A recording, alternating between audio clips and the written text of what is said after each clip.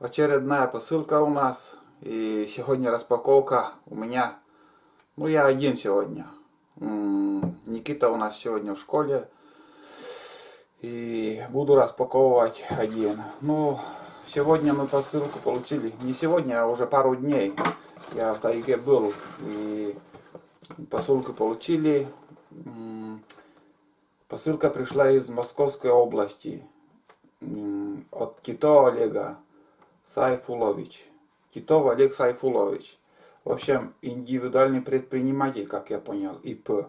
И так, Московская область. Адрес также показывать ничего не буду.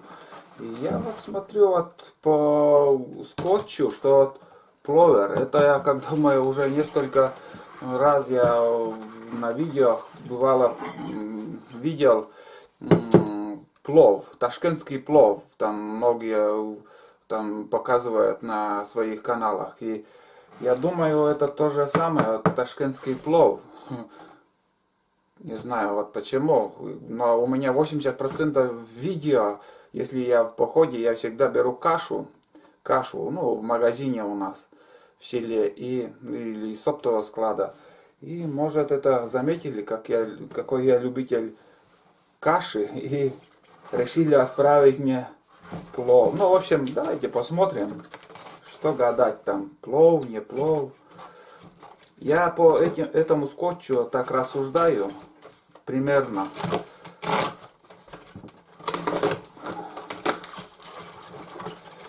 Примерно так. Сейчас посмотрим, что и как. Да, ребята, это то, о чем я догадывался. Это плов. Это плов, ребята, вон смотрите. Я думал, что когда-то у меня будет такая банка. Да, ташкентский плов, действительно, это он. Срок годности 2 года. Сделано в Узбекистане, вообще. И упаковка, самое главное, что упаковка вот такой открывашкой. Не надо ножом открывать, если в походных условиях, или отдельно носить там как открывашку. Это взял и открыл. Но это, так что в моих походах еще вы это увидите. Это вы еще увидите.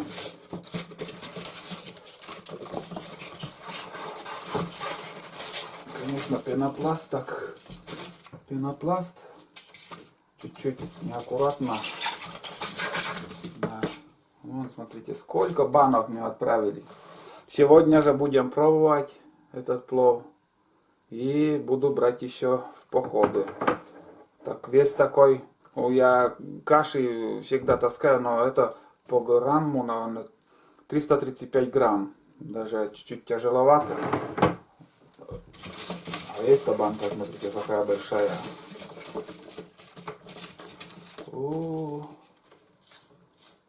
Ну, это для всей семьи. Это для всей семьи. Вот, смотрите, какая здоровая банка. 670 грамм. Почти килограмм. Полкило и больше. Узбекский, ташкентский плов вообще. Абсолютно натуральный плов. Что-то у меня слюни потекли. Даже еще. Вот это да. Я так плов тоже сам готовлю, но будем пробовать. И плов, как я смотрю, разные там. Тут изюм. Вот смотрите. Надеюсь, видно, с изюмом что-то там.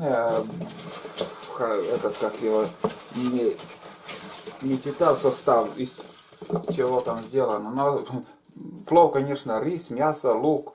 И с изюмом никогда в жизни не пробовал. Вот смотрите.